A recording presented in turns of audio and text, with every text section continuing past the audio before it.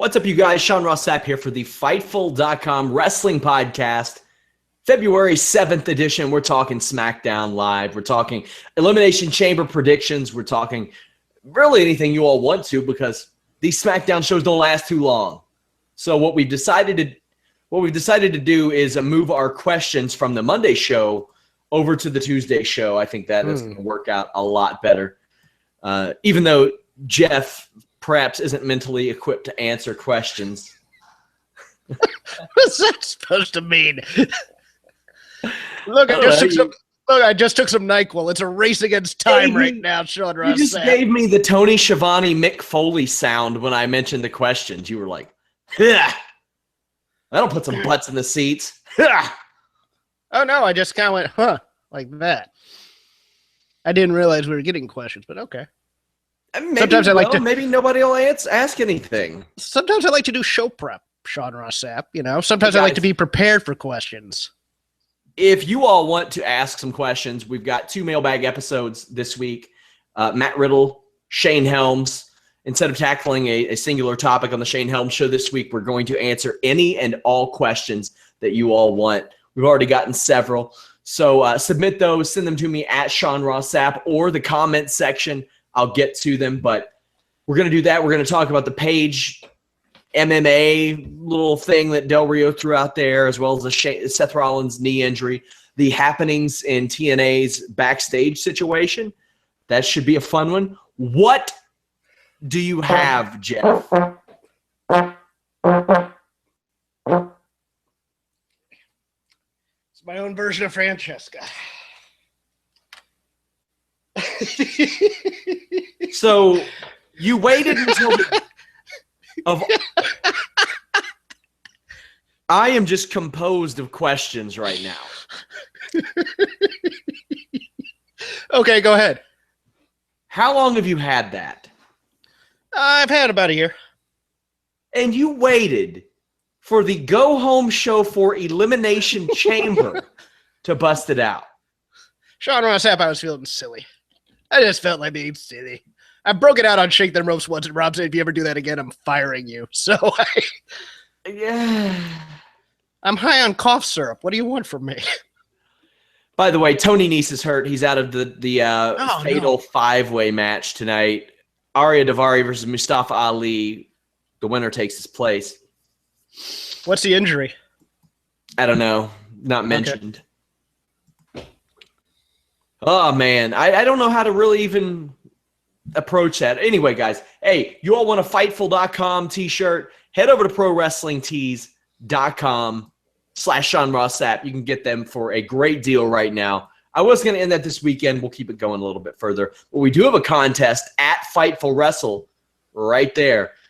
The person who guesses the time closest to Kevin Owens losing to Goldberg will win something. I just don't know what yet. Yeah. Register at Fightful.com. You will get early access to our Shane Helms show, our Matt Riddle show, our forums when they come back, all kinds of exclusive news. Your boy had the skinny on Seth Rollins last night right after Raw, where everybody else was reporting it this morning. No big deal. No big deal. It's just the story of my life, you know. That's what happens. Jeff, we got Smackdown tonight. Go-home show before Elimination Chamber. Of course, we will have Elimination Chamber coverage, as we have coverage for everything. Break up with your old wrestling websites. They suck. They're trash. They're garbage. I'm not even going to put them over. Just go to Fightful.com. We've got your news, your interviews, your exclusives, your podcasts. We have them all. Photo galleries, video galleries. Most Ridiculous with Hannah Bauer. Check that out on our YouTube. You can subscribe there, or on iTunes, or on Stitcher. All kinds of places. Jeff, what'd you think of tonight's show? I thought there was a lot of really good stuff on this show. I did. I thought, like, the 4-way was great. I thought Luke Harper's promo was fantastic. There was just a lot. I mean, the women's contract signing had a lot of good things to it. Even that tag match wasn't it had a few good moments in it, too. I mean, there was nothing. The only really bad thing in the show was that natty Nikki Bella showdown, I thought. And even that was moderately entertaining because Natty just decided to start rambling all of a sudden. Yeah, that was the weird thing. That was the weird thing. Okay, so let me approach this whole thing. We had the typical setting up the multi-man match promo at the beginning of the show where everybody's out there. And if you guys are wondering why I'm looking at this angle, my mic, I said it right here and started the show. I have a new cord coming tomorrow. But if you notice, when I get booted off of my show, it's because of this janky-ass cord. That's getting changed tomorrow. So I have no pop filter. I'm not going to be looking at the camera. Sorry, guys. I thought you might be doing a monologue about Black History Month for the WWE. Oh, Jesus. Come on. I could you know what? I could probably do a better monologue than the one that they wrote. Oh, good Lord. And had their guys read, because that was sad. That was sad. I can't remember who said it sounded like they were doing book reports, but it really did. Oh, let's get into this a little bit. I thought it came off as creepy because they're trying to make it seem like it's conversational, and it's not. That's my big deal with it. As you're watching this, it's like they're reading from a teleprompter at a 45-degree angle, and it's just coming off as creepy, but they're trying to make it like sociable, and it's weird. Although Alicia Fox is adorable in glasses. That's about the only redeeming thing about it. No, yeah, that's true. I just don't like them. I think they could have been a lot more natural, and yeah, they're pandering. They're a lot less like, well, we had to be here, we had to do this type of thing. Like, I'd much rather hear them speak from the heart about what these people mean to them than hear what Vince McMahon thinks that they should be saying, or put together like they do with those fantastic MLK segments that are the best MLK segments every single year anywhere on TV or you find on WWE programming, without a doubt. And here's the other insulting thing to me, just slightly. I mean, I'm not You're white. Is that why, yes. Jeff? Well, it plays into that a little bit, I guess. Oh, I don't know. Oh no. But but only the African American talent being involved in this, as opposed to everybody being involved with this. That's it's not Black History Month. Just doesn't. It's not just celebrated by African Americans. I'm sorry, Vince. This may be news to you, but that's a little bit off-putting as well for me. And Jeff, am I adorable in glasses? Sup? Am I?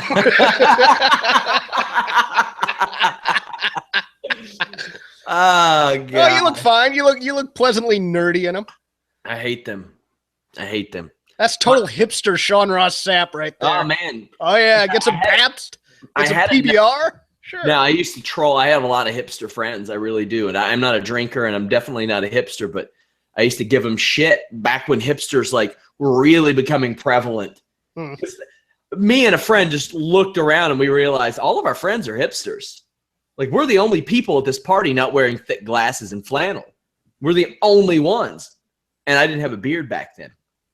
But yeah, my sight's only like minus 0.5, but it's enough for me to notice from things that I couldn't see. So like if I'm at a wrestling event or a sporting event, somebody says SRS would beat up hipsters. Yeah, sure, why not? I have a couple times. I mean, in the gym, just because I'll talk some of those people into coming and training with me. And really the people that I beat up in the gym are the people who have no clue what they're doing. So I don't see you starting fights outside of a gym. I think the commentators meaning you were going to be starting fights with hipsters outside in society. No, absolutely not. I love those people. I love all people. Somebody says SRS uses hipsters for sparring. That is absolutely true. I will absolutely invite anybody that I can beat up to the gym to train with me. I have to feel more like a man. I have an ego. I have a big ego. We talked about my glasses long enough, I think, and me beating up kids and hipsters at the gym. I'll pull out my trombone again, my P-bone over here. Yeah, this has been a pretty dorky episode so far. I thought the star of this opening segment on the mic was Daniel Bryan. I thought he was the best person on the mic in this match. There was a lot of saying, you see, and fact of the matter, which I never see in normal conversation. I never see somebody go, the fact of the matter is this. Or when they're making a point, they go, you see. That doesn't happen. Baron Corbin was pretty terrible here, but it set up a good fatal four-way match that he got the win in. Yeah.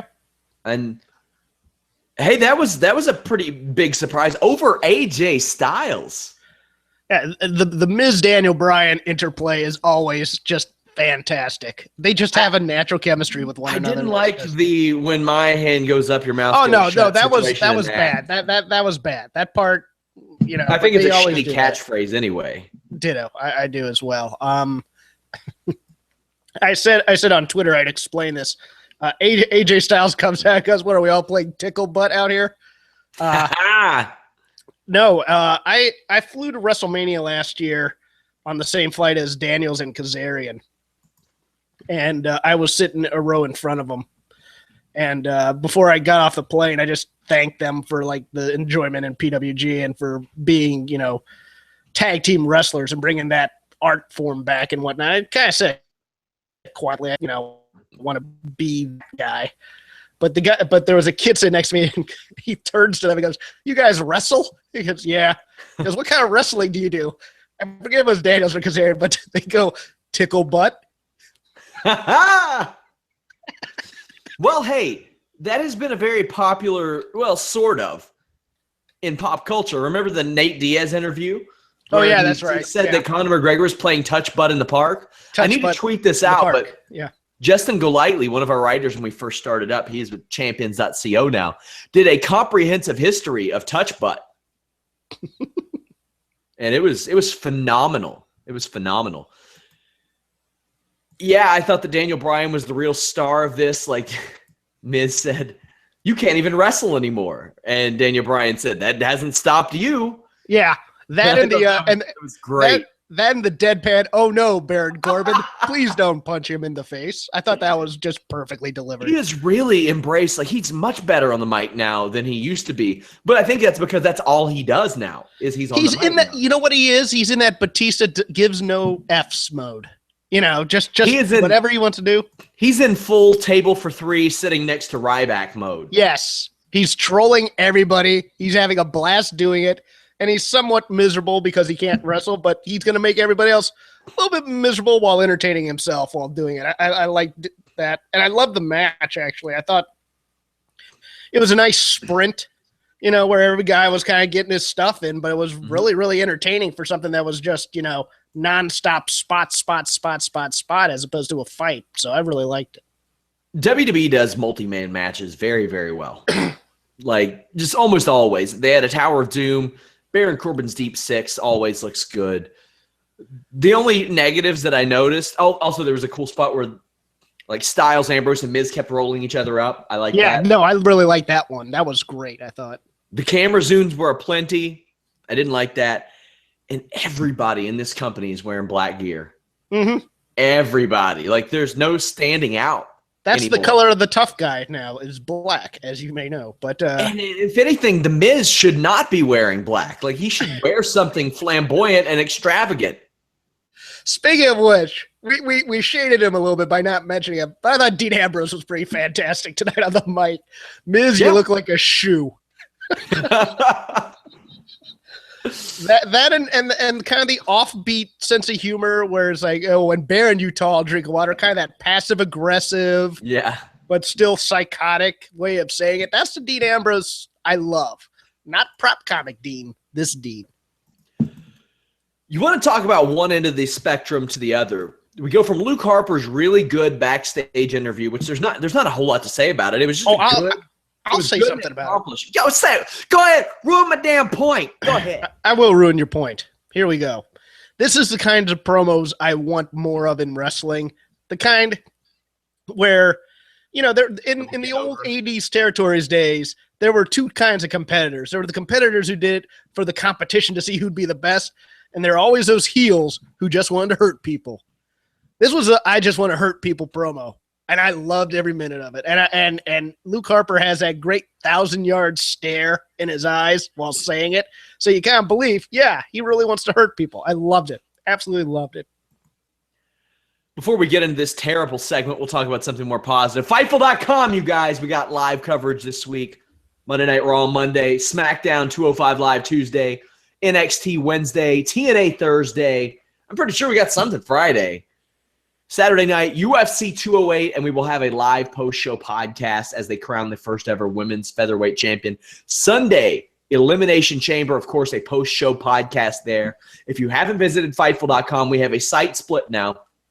You can choose to go to Fightful.com for wrestling and MMA and boxing news.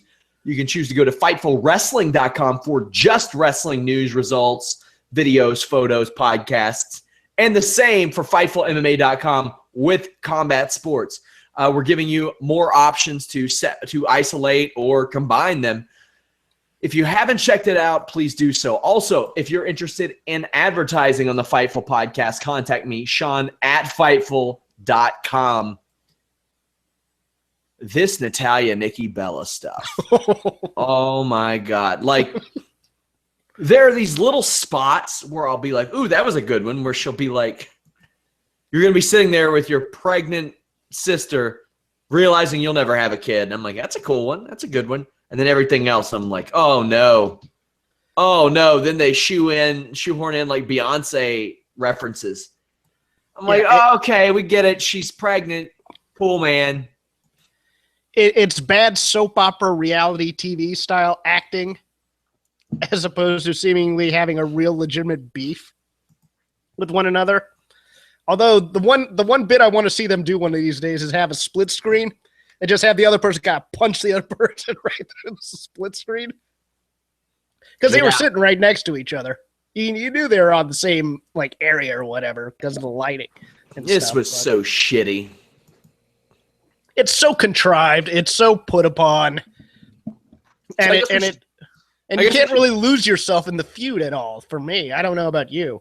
I guess we should talk about the rumors that Nikki Bella is going to be taking time off after WrestleMania. Now, from what I've been told, this will not be her last match. She is taking some time off.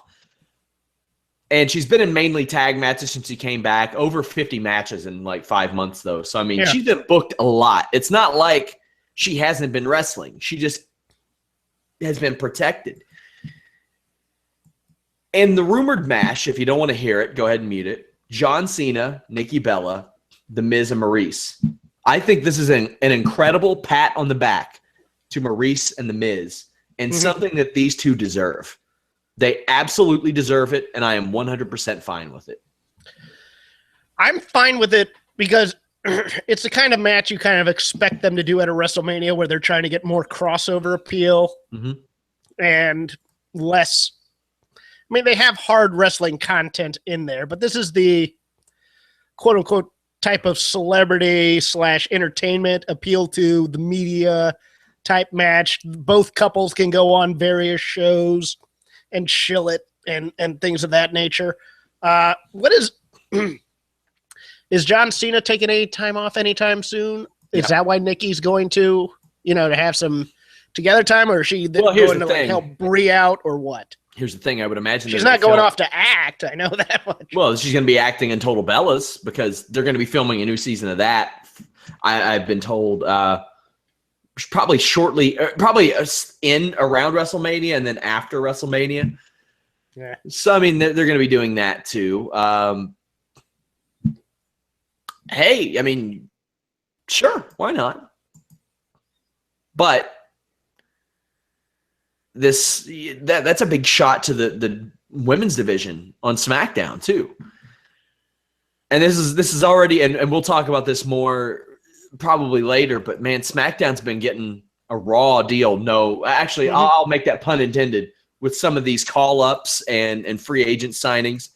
I think SmackDown has gotten Luke Harper, Mickie James, Rhino, and Kurt Hawkins and Heath Slater that weren't drafted.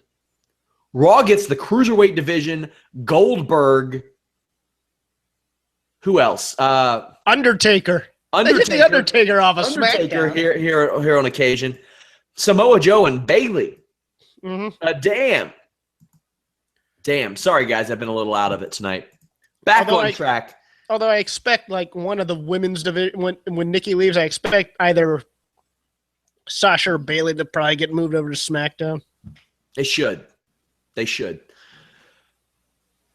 Apollo Crews defeated Dolph Ziggler. The first thing I noticed about this match, JBL of late for the majority of the time, has seemed much more relaxed and natural on commentary, and he'll say things that I actually find funny.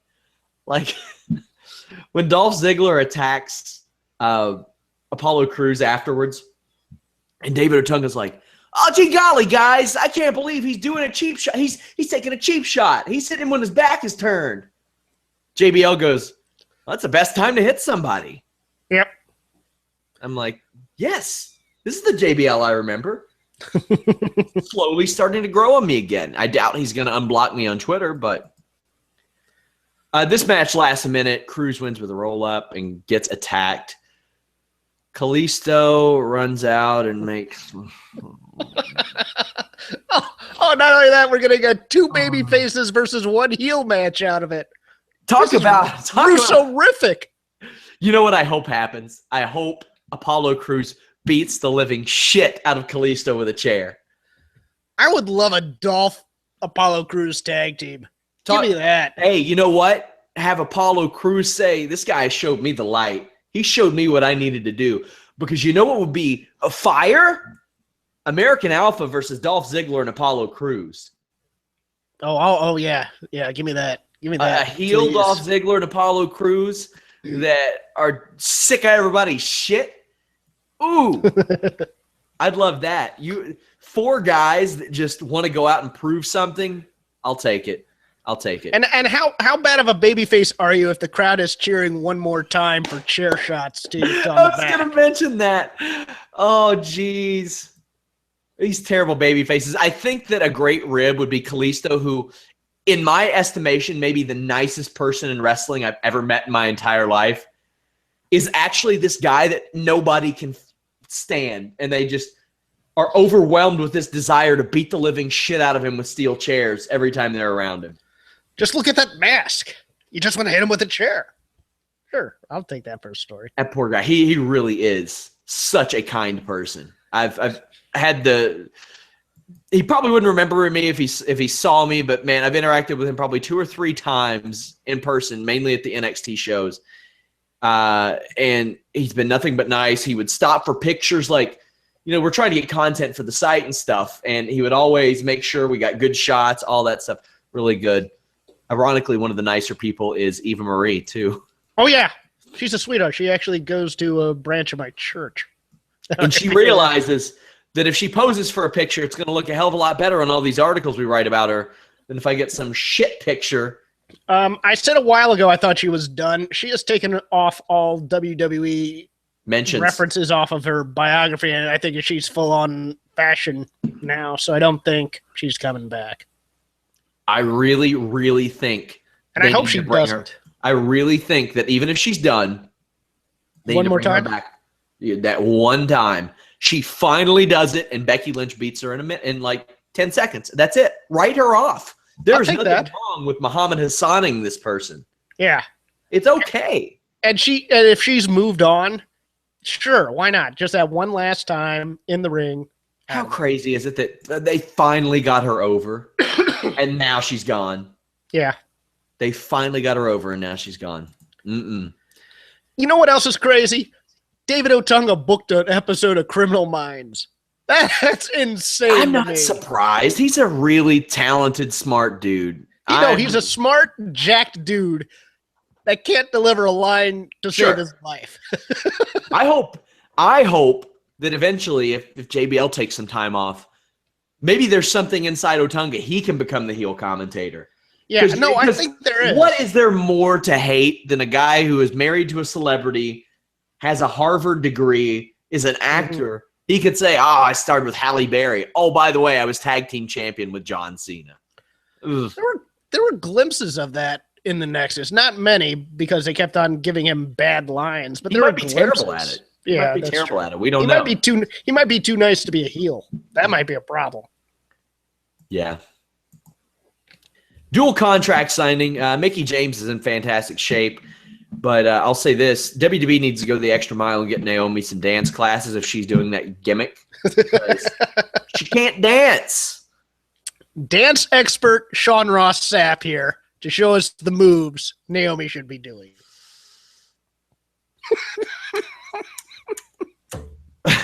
Come on, let's see it. Little light flicker. Listen, I on don't and have off. the room back here. I don't have the room back here. Put on the glasses. We'll be great. I only got 2,500 square feet in this house, unlike you and that sweat box in L.A. Oh, yeah, my 660 square feet. Gee, thanks. Damn! I love Kentucky. Mickey James talked a little slow for my liking in this, but the crowd went with it, so it worked really well. I mean, that's the Charlotte school. That's the Charlotte school of delivering lines right there. You do it very slow, and you enunciate every word. We're not talking Ryback level enunciation, but no. She has a very, how'd I put? Oh, Real Housewives of Richmond. Let me tell you about my favorite book. It is called The Secret. 2 years ago, I broke my leg. Oh, man. He reads a book a day. You know that, right? No. Oh, there was some interview where he was like three books a week or something like that. He was like some sort of voracious reader. I'm sorry. There's no way he's reading a book a day. No, not because I think he's dumb or anything.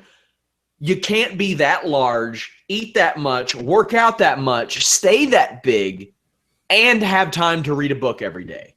He's a secret genius. I have trouble enough reading all the articles on a site that I run. I do it, but it's very, very hard. He ain't reading a book a day. And this is my job. It's the only thing I have to do. And I have to sacrifice my physical condition to do that. You want some musical accompaniment with that? I could give you the trombone here. You know? Give me the trombone. I'll write a little song about it.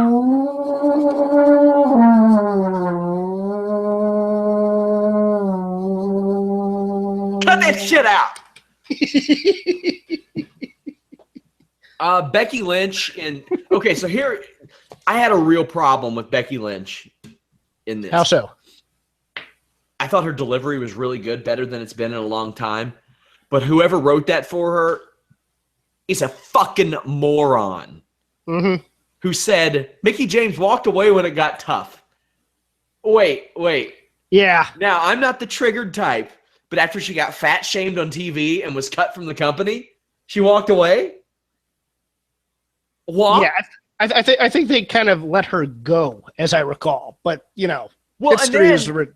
Well, then look at the person who delivered the line. Becky Lynch retired for half a decade. Mm-hmm. A lot of people don't realize that. I mean, she had a legitimate reason to, but then when she was supposed to come back, she no-showed it and then wasn't around for half a decade.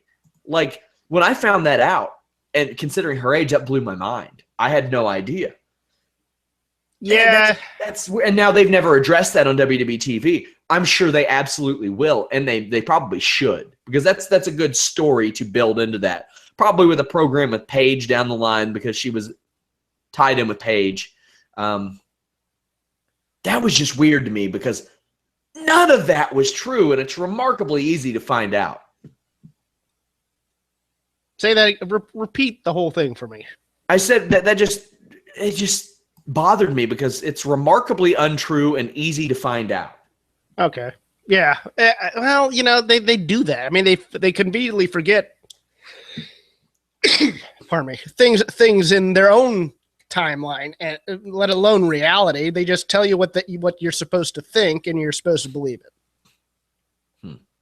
Although, I think Mickey cut a good promo here. I think the delivery was fine for Becky. The words weren't very good.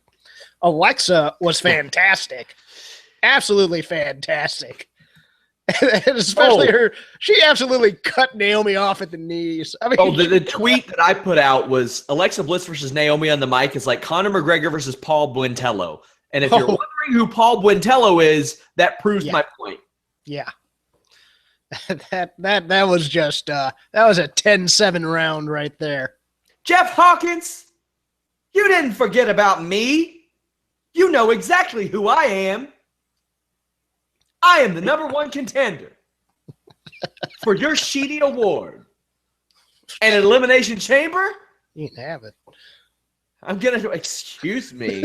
How dare you disrespect the sanctity of the Sheedies? I love what those people do. Oh, I do too. And I'm going to snatch you bald. You gonna snatch me bald, Sean Rice Sapp, because you're a little late. Nature already did that to me very, very early.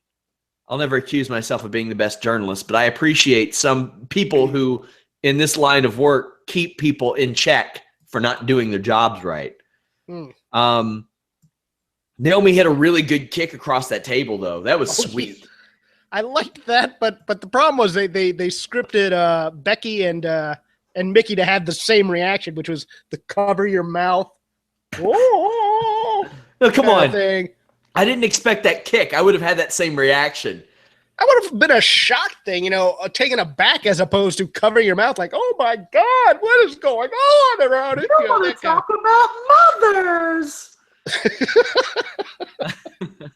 Also, she does that dive over the top rope better than her husband does, Naomi. Oh, she has improved greatly. Yeah, since being taken off TV for about a month or so. I mean, really, she's gotten crisp. She's been working at it. She's really good. I agree with you about. There's only. It's a law of diminishing returns. This rave dancing gimmick, though, unless she can actually talk and back it up, and her promos right now aren't very good. Couple of comments from Twitter. Somebody, or Kylo Jin on Twitter, says Naomi was a dancer before she was a wrestler, but that doesn't mean she was a good dancer. Also, she was a funkadactyl. Does that count as a dancer? A DM from a wrestler whose name I will not mention, who is watching the show. Oh, God. Are you sure Ryback said he didn't read one script per day? And by script, I do not mean a movie script. Ouch! Oh, damn. And this is somebody who has worked with Ryback in the past. Well, there are big words. There are big Ryan. words. There are big words on that script, so it may take him a while to get through a few syllables there. That's rough. I did not say that, but that was I can't just get that and not. Wow, harsh, bro. That was something. We had this 12-man tag match. The Ascension Vaudevillains and the Usos defeat American Alpha, Rhino, Heath Slater, and Breezango. I love Chad Gable using the Greg Gagne-esque head scissors that, like, Greg Gagne would always do, and he'd be like, "What's up?" and then flip him over. That used to be, like, repertoire for any, like, 80s baby face. They'd always do the flying, like, Ron Garvin did. Jimmy Garvin, I think, did in Mid-South for a while. I mean, everybody used to do that. Brad Armstrong. On developmentally speaking, I think Kurt Hawkins talked about that, about how Greg Gagne came into a developmental class, and he's like, "Do a head scissors." And everybody was doing the running head scissors. He's like, "What the hell's that? That's not a head scissors." And like at 55 years old, he went up and did it perfectly. Well, Jim Brunzell used to do it a lot too, I think. Yeah. Rhino was super over. Mm-hmm. An audible should have been called where he gored all 6 of his opponents and maybe 4 of his teammates too. I thought the Usos looked really good in their few little short vignettes of doing double teams. They looked really crisp. I would love to get them in get them, American Alpha, and a couple other teams like the Revival, and just have a real tag team division as opposed to these clowns. If you want me to be honest, maybe improve Breezango a little bit. In the ring, I don't think there was anybody in this match that looked bad. I thought the Ascension looked really good. Victor in particular. Yeah, no, I agree with you, especially that was it the running uppercut that he did. Here comes the super worker Victor theories again. Man, Victor gets a pass for me because if you ever watch his up, down, downs with Xavier Woods, his sarcasm is dark and funny and phenomenal. Speaking of up, down, down, there was a video of Falcons fan Xavier Woods and Patriots fan Kofi Kingston released. And WWE Action does not do Kofi Kingston's agility any justice. I thought he was going to do a 450 splash on a hotel bed. I thought he was going to throw that chair through a window. He threw it like a belly-to-belly suplex on it. Man. Yeah, and poor Xavier. Just staring into space, like, what is happening right now? Oh, that and did you see they're playing with the electroshock game and the Big Show came in? Yeah, I saw that. And he farted. And then he farted. The Ascension won their first match, period, since September. Of any kind, televised or not. They have won 3 matches, period, televised or not, since the night after Night of Champions 2015. Okay. Have they won more or less than Breezango? Or even the Vaudevillains? Less than the Vaudevillains, because the Vaudevillains won some in NXT. They had a tag title. I meant on the main roster. I'll have to look. Ascension won. They did that to build them as a threat. Sure, fine, whatever. I'm fine with that. Yeah, I'm cool with it. It was harmless and it was a good match. I liked the match. John Cena defeated Randy Orton. This is the first time we've seen this match since Hell in a Cell 2014, if you believe that. And this was a hell of a marquee main event. If you're wanting to put something on a go-home show where people would a lot of times just pass up. This really does telegraph to those fans who might not be in the know that it's probably ain't going to be the WrestleMania main event. Yeah. This was a good match. A lot of heat. The two worked great. A ref bump leads to Wyatt in the ring by himself where he's clotheslined by Luke Harper, which got a big pop. This crowd was great tonight, I thought. Fantastic crowd. John Cena wins. Your Royal Rumble winner gets pinned 9 days after winning the match by the champion. I want to know how you feel about that and the match. Since I don't think these two are going to be facing each other at WrestleMania, I think it's fine to pin them here. I liked the match a lot. There was a small moment that just cracked me up for no apparent reason, which was Randy Orton gingerly putting JBL's hat back on the desk after he body slammed John Cena onto the table. That I found hilarious for some reason. I thought Luke Harper was really good in his run-in. He gave a vicious discus clothesline to Bray. That thing had some pop to it. I really liked that. And then, I thought Bray and Randy have a really good interaction. Had bought full into the gimmick, I guess, and was dressing like a Wyatt family member of some kind. I think this would be getting over a lot better than it might be in the arenas, because they really do have good chemistry working with one another in terms of beatdowns and doing double teams and things like that. I really like their chemistry. So we got Elimination Chamber. I guess we got to apologize about my voice 40 minutes in. I'm sorry. I guess we need to make some Elimination Chamber predictions. Okay, let's do it. Three women's matches. Nice. One show. And I can't say that any of them that I look at and I'm like, no, don't want to see that. Because I think that Nikki Bella and Natalya, it might be kept short. But I'm okay with that. Who you got winning? One thing I did like, by the way, about that promo, Nikki Bella kind of put Natalya over in an underhanded manner. She said, the only thing you've ever been good at is wrestling, and I'm going to beat you at that. So I thought that was a nice little thing to throw in there, kind of. Mm-hmm. I think Natty goes, or not Natty, I think Nikki Bella gets the big win here, and that's the end of that program to move on to WrestleMania. I think she has to if she's going to be teaming with John Cena. Yeah. Clean, in the middle, no shenanigans. Randy Orton, Luke Harper. Randy Orton's got to go over here. There's no way that he doesn't go over here. Agreed.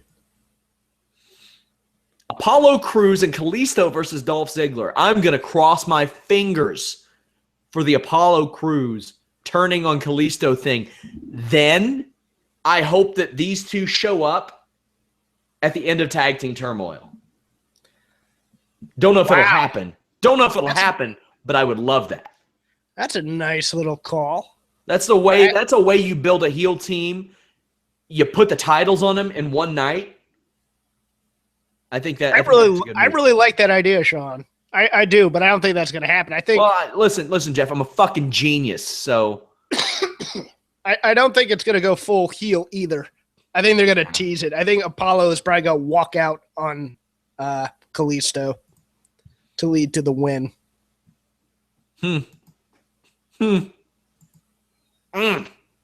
Yeah. Somebody says, see, Sean has a brain. Yeah, I do. Thanks. You don't get that blue check mark without one. Is that on it? It is that on it. By the way, guys, if you want to be a super genius like your boy, or if you want to be ripped like Bailey, men or women should aspire to be ripped like Bailey, or like Seth Rollins, or like Triple H, or like Cesaro, maybe like Donald Cerrone or Cody Garbrandt, UFC bantamweight champion who absolutely tooled Dominic Cruz. Go to Fightful.com, click that on it link, support the Fightful.com podcast, get that Alpha Brain. I love it. I work these 60-hour weeks. I do it because of Alpha Brain and Shroom Tech. Love that stuff. When I get back into my regimen after I'm done dealing with this sickness, I'm going to take that T+. I'm going to go crazy. It's going to be awesome. And if you want to advertise with the Fightful.com podcast or on Fightful, you want us to devote our whole page, the backsplash, to you, contact me, Sean at Fightful.com. Alexa Bliss versus Naomi for the women's championship. If Naomi wins this, I'd be disappointed.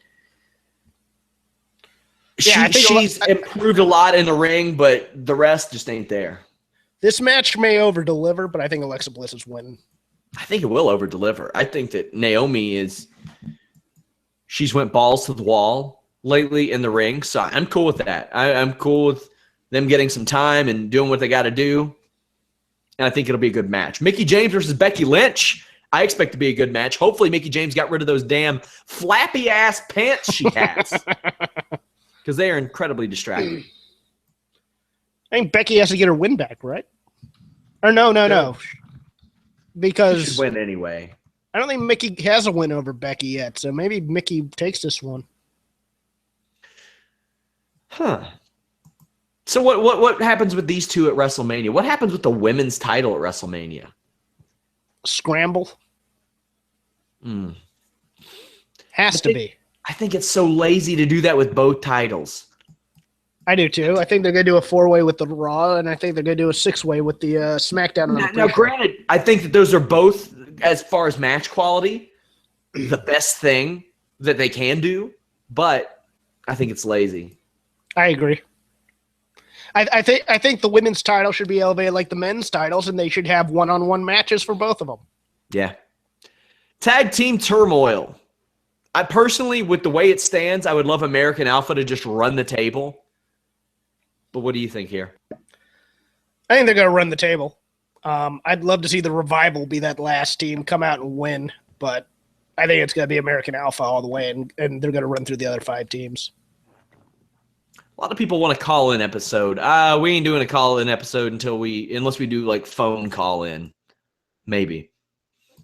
Google Hangouts is too much trouble for that. Maybe. I don't know why Google hasn't supported phone call-ins yet anyway. What else we got here? Wow, we're really at the main event already. Elimination Chamber for the WWE Championship. Bray Wyatt seems like the logical way to go. You think he wins it? I don't know. This is so weird because there's so much time between Elimination Chamber and WrestleMania where if they change their mind, they could always put it on someone temporarily and then give it back. I think Bray is the odds-on favorite, but I would not be surprised if it's just an out-of-left-field guy like even Corbin for a short time to put it on someone else.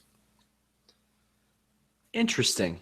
I could see them doing a swerve like that. I was thinking The Miz for a very short time may get this belt and then get it taken off of him by like AJ or something, but I think Bray Wyatt is probably your odds-on favorite. I could see something like that happening. I could see them pulling a swerve, but I'm still going to go with Bray Wyatt. A couple of news bits today. Well, this week, Rock and Roll Express going into the WWE Hall of Fame. I tweeted. People have been saying I broke the news. I didn't break the news. I tweeted about the news that I didn't believe. I was told Ricky Morton was telling people locally that he was going to be in the Hall of Fame, and I was like, I don't know about that because I was told that the Natural Disasters were going in as the tag team. I asked about that. And John Tenta obviously dead. Ottman is in the hospital, so they didn't want to not have somebody like that there. Well, they already have Rick Rude, who's exactly, and they don't like to have more than one. They try to limit that to one. Rock and Roll Express, the stars of Total Nonstop Deletion, going into the Hall of Fame.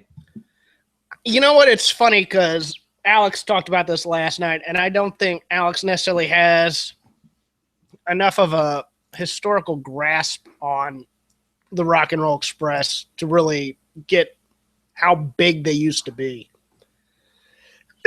I mean, I grew up in Jim Crockett Promotions territory, and even before they got there, I mean, they headlined in Mid-South with the Midnight Express. They were in Memphis for a very short time because they were seen as kind of you could kind of interchange them with the fabulous ones there, Steve Kern and Stan Lane. But when they got to Crockett, there was a summer, I believe it was the summer of 86 or 85, where they headlined the B Tour. They were running two crews. They were running the Dusty Rhodes Ric Flair crew as the A team, and then the Rock and Roll Express and Midnight Express were feuding on the B team, and they were outdrawing the A crew substantially.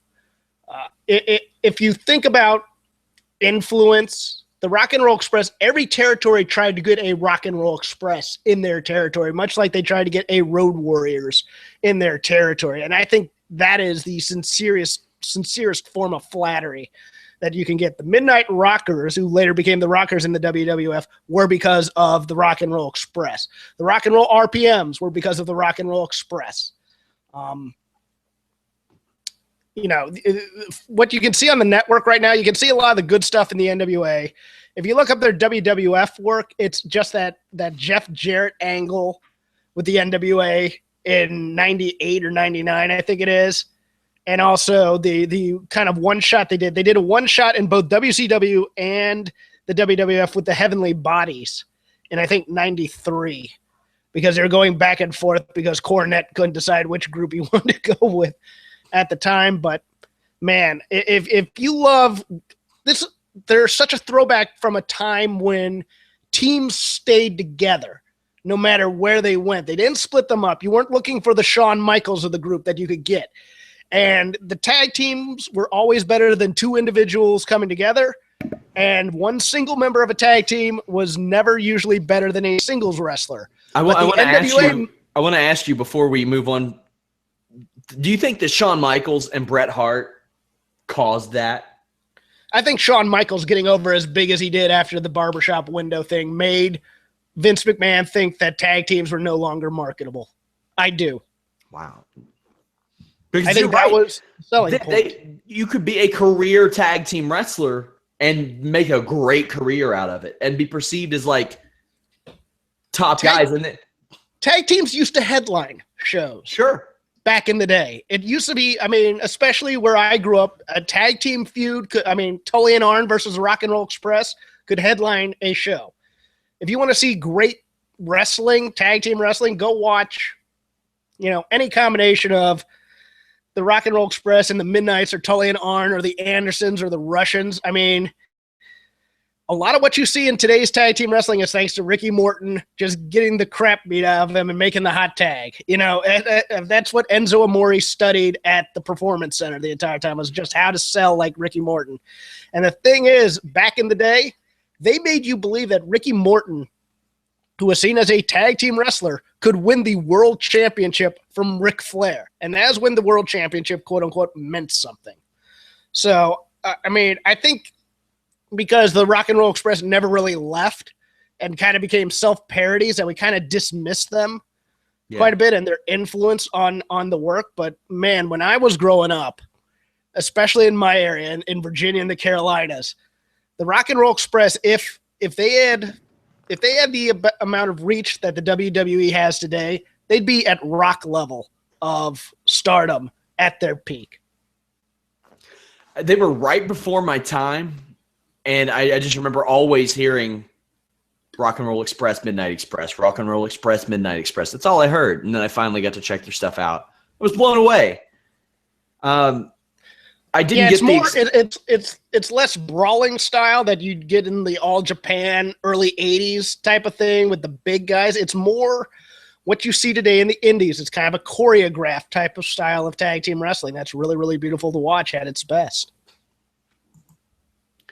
Also, we got the news that Scott D'Amore is back in TNA and that they're going to have a bit of a partnership with Pro Wrestling Noah. Now, I'll obviously talk to Shane Helms about this Friday. We're doing a mailbag episode. Register at Fightful.com. It's absolutely free.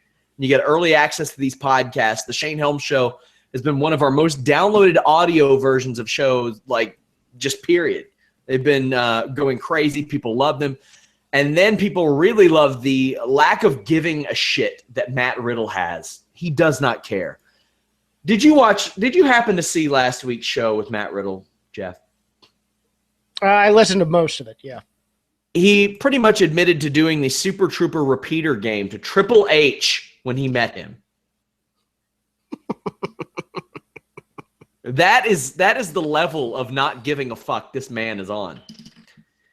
And can I just say, I think Scott Moore in TNA, I think he was the best booker they ever had. I agree. I think that's phenomenal. I thought that he did great things for the company, both for the knockouts, and I thought he helped build a great X division back then too. And all those guys on Team Canada that he had. Oh my gosh, yeah. Man, I mean, even one of those guys ended up being on in the Cruiserweight Classic, didn't they? Yeah. Tyson Dukes. I think that's a great move. I think it's a great move. I think that working with Pro Wrestling Noah is a great move. Now, when I asked TNA talents about it today, they said news to me. It's about 5 years too late. It's about 5 years too late for Noah because Noah has been getting rated on a regular, but you know.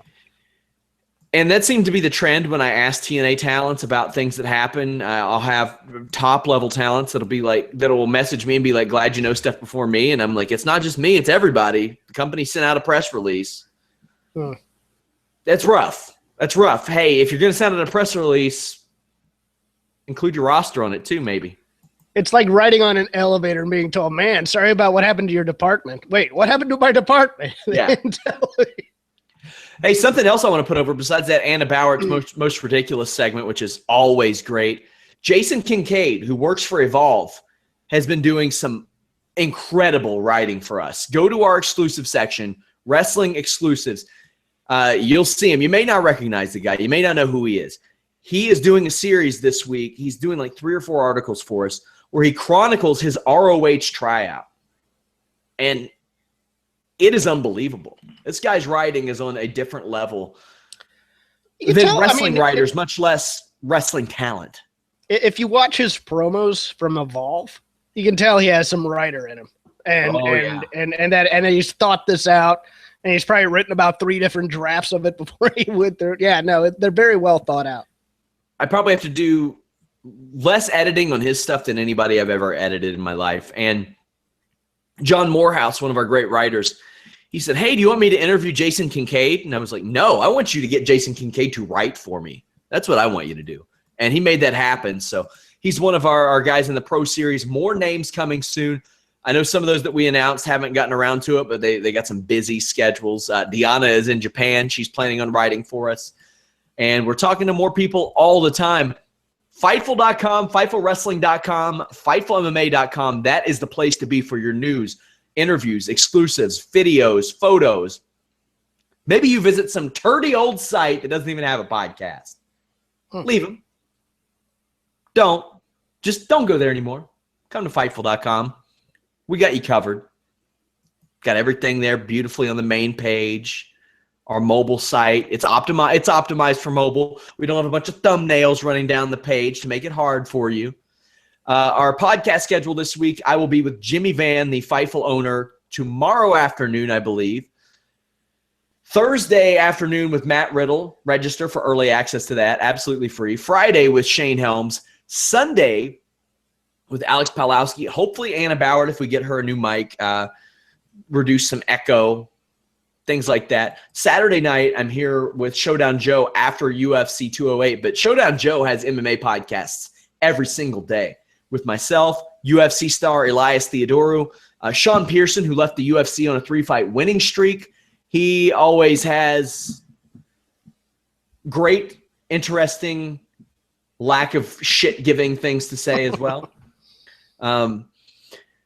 And then on Friday, he has Reed Kuhn breaking down the analytical side of MMA. But if you've never checked out MMA or you don't like MMA, just give one of our shows a try. Jeff, what do you have going on this week? Well, okay, real quick. First, you can skip the JBL Legends interview with Stan Hansen. It's really there's not a lot there other than him just going, "Man, you were the best." Figured it'd be a bunch of ass kissing, to be honest with you. It is, and Stan Hansen basically apologizes for stiffing everybody because he was blind. That's pretty much what it is. Anyways, on this week's Shake Them Ropes, Rob and I going over Elimination Chamber ourselves. Hopefully me with more of a voice. I doubt it, given that mine's giving out right now. And our top 100 match, this time I'm correct. It's Ricky Steamboat versus Randy Savage from WrestleMania 3. You can follow me at CrapGame13 on the Twitter. You can follow the show at Shake Them Ropes. Somebody says No DQ doesn't have a podcast, but Aaron Rift has cats. I have cats too. I have 6 cats. I love cats. You have 6 cats? We've got a 2,500 square foot home, Jeffrey. Yeah, but still, that's like something a 45-year-old single woman would have. Maybe I'm a 45-year-old single woman. Sup? Put on the glasses. Riddle said I looked shorter, SRS. No, Riddle says I looked smaller because I'm not like a 225-pound guy. I'm 185 pounds. Well, I'm probably like 180 right now. Start giving you lines from Roadhouse and stuff just to intimidate you. That'd be great. Regarding the 6 cats, we find homes for stray cats. So. I thought you kept cats. I mean, sure, I will if we like one enough. 6 cats. I should go check and see if, yeah, I love cats. 6. Come on, man. We'll give a home to a cat until it finds a home. Sure, why not? Daniel Bryan said that Nikki is having tingles in her arm just like he did. That's not good. Given she had neck surgery, that's terrible. It's not good. I've been there. That is terrifying. That is could be a sign of atrophy. So yes, it could. That's one of the worst fears when one side gets bigger than the other because you know that probably another one's coming. Well, I'll tell you something. There's nothing scary to me than watching Rollins right now because I had knee surgery as well with an ACL, MCL, and him going without the brace. I mean, there are some guys who come back from that surgery and your leg is much stronger, and there are others where the knee just slips every so often. Mine's the latter. So I watched Seth Rollins still doing his acrobatic stuff without a brace, and I'm like, okay, this is the second time you've injured it. It's time to wear the brace. You know, it's a shame, too, because right before that injury, he was starting to pick up the pace again. Mm-hmm. He was just starting to get it back. Question, somebody says, why are the Orange County Choppers currently making a new Universal title belt? I don't know, but I know why they're making new belts. I heard they don't want to pay Dave Milliken anymore. They don't want to pay him. No, that's exactly royalties. it. Yeah, they're tired of paying Milliken, and they've used him for decades. That seems ridiculous to me. Yeah. Well, every time he does such great work. He does such great work. Every time they sell one of those toys, it's based on one of his designs. They got to pay him. You know what it is? Vince probably thinks Orange County Chopper still has a TV show. Probably. Do they? I thought it was canceled, or they quit doing it. Somebody in the chat says I heard Seth Rollins is coming back in 8 weeks. You know, maybe if you went to Fightful.com last night, you'd have the scoop on that situation. They aren't sure that he'll be back, but they're very optimistic about it. They're not going to promote it because he might have a setback next week. Knees are funny things. You can't. You got to take your time with them. Dominic Cruz. Watch out. Guys, subscribe to us. YouTube, iTunes, Stitcher. Leave us a thumbs up on this. Also, leave us a review on iTunes. Gosh, I've been stumbling over my own words tonight. Not my best effort. Damn. I'm back all week. We got shows all week. Fightful.com is your source for news, interviews, all that stuff. We got it all. Jeff, you know what? Yeah, What's this guy talking about? You know what? Ejected. He's gone. Somebody also says app SRS. We don't need an app. Our website is optimized for mobile. We had a tech team design it to run it on mobile. We don't really need an app. Is that guitar signed by Honky Tonk Man? No, that is a Jeff Jarrett laser engraved guitar I bought on TNA Shop for $30 a couple weeks ago. Ask me a couple more questions before we go. We're about to reach the end of the line here. Jeff Hawkins just sent me a message saying, fun times, good night. Screw off, Jeff Hawkins. This is a fun show. To be honest, I thought it was a trash show. I thought I did horrible. A little out of it, a little tired. I'm just getting over, I was sick coming out of San Antonio, and I got my wife sick, so kind of been taking care of her a little bit. Sean, legitimate question. Would you consider making a separate YouTube channel for MMA podcasts only? No. If you have a problem with that, you're lazy. No offense, but you're lazy if you have a problem with that. I get people do that all the time. Oh, we do that. No. Stop being lazy, people. I get that about registration too. Why do we have to register? I don't know. My boss makes me do it. But you know what? For what we give you, registering ain't so bad. Don't be lazy. We're not stealing your info. We're not sending your shit out. Kyler says San Antonio is trash. I was not impressed by San Antonio. The Riverwalk was very nice. It was beautiful, but I only got to see it at night, and I had forgotten my phone when I was there, so I was a little out of sorts. Guys, thank you so much. I love you all very much. I appreciate the support. Visit Fightful.com. It means so much to me. I am back tomorrow afternoon with Jimmy Van. He's mad about something. I don't know what it is. He's going to go off. I'll try to make the show as fun as possible. Catch you guys later.